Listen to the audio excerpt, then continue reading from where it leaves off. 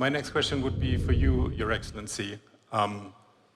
Given the global trends about the critical minerals that we've been hearing about, and also the kingdom's rapid growth and the priorities that's been given to these industries, to these materials, what are the investment areas that you see as a priority for the kingdom with regard to the energy transition?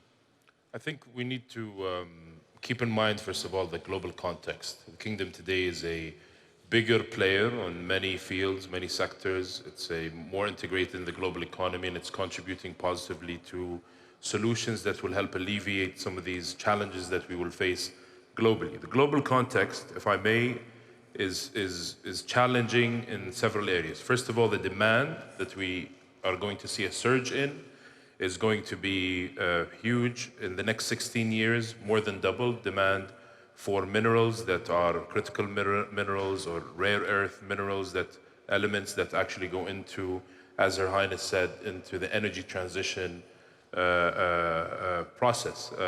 On top of that, we have over the next 10 years, 20, 30 years, from now until 2050, the extracted minerals that are required will need to grow fivefold. That's around 3 billion tons of cobalt, nickel, lithium, and other critical elements, and rare earth elements as well. And just to give an example, what goes into an electric vehicle in terms of minerals is 5 times, 6 times more than what goes into an internal combustion engine car. I'm not plugging the internal combustion engine car, but we need to be realistic in terms of what we need to do to get that supply. And we need to invest a lot in it. Same thing for wind farms. Wind farms require 9 times more minerals than a gas plant, for example. So there is a challenge there. There is a challenge in supply. Overall, I think the main challenge is the concentration of the development process, and there is room for that to be disrupted or complemented as we all move towards availing that supply. A third challenge or important area is sustainability and environment. We're at the beginning process of innovating and disrupting the minerals extraction and development process. What we'll see in the next few years is more innovation than what we've seen in the last few decades. This is the time to try to think sustainably and environmentally without affecting certain, let's say, local communities' fair access to these resources that they have. I think we have a rare opportunity as we're making investments more lucrative and say more, the exploration process more clear, and the risks of the investment shorter, we can also make that more clean at the same time. And you add to that trade tensions, geopolitical uncertainty, that also goes into the mix. The kingdom, I think, has, as you said, prioritized renewables. And not only that, you know, we want in 2030, 50% of our energy utility demand to come from renewables, but also sends a signal that the kingdom is going to continue to invest in this. The momentum is huge. On top of that, we have local industries, such as electric vehicles.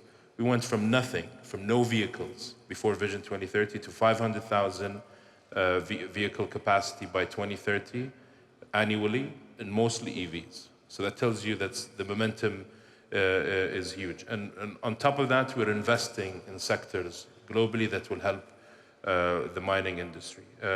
Locally, what we want to focus on is these sectors or products that we have decided to be leaders in, that will require minerals and that will contribute to the energy transition. But also, we have to diversify our economy, right? And the best way to diversify your economy is not only sell the idea of local demand, you need to attract people to the platform that Saudi Arabia is becoming. And we need to use that platform to develop more complex products that will rely on minerals, rely on the technologies that will rely on minerals, and help our investors and partners export competitively, regionally and globally. What are, in your perspective, the 1, 2 key pillars that really help to accelerate the development? Sure. In the mining industry, I believe what we need to see, first of all, we need to keep in mind that the world is ready for disruption. In the previous panel, the Inflation Reduction Act and the disruption to capital flows was mentioned. I think today we realize the enormity of the demand and we realize the need to develop that supply in a new way. The current ways are not sustainable or actually satisfactory to that size of the demand.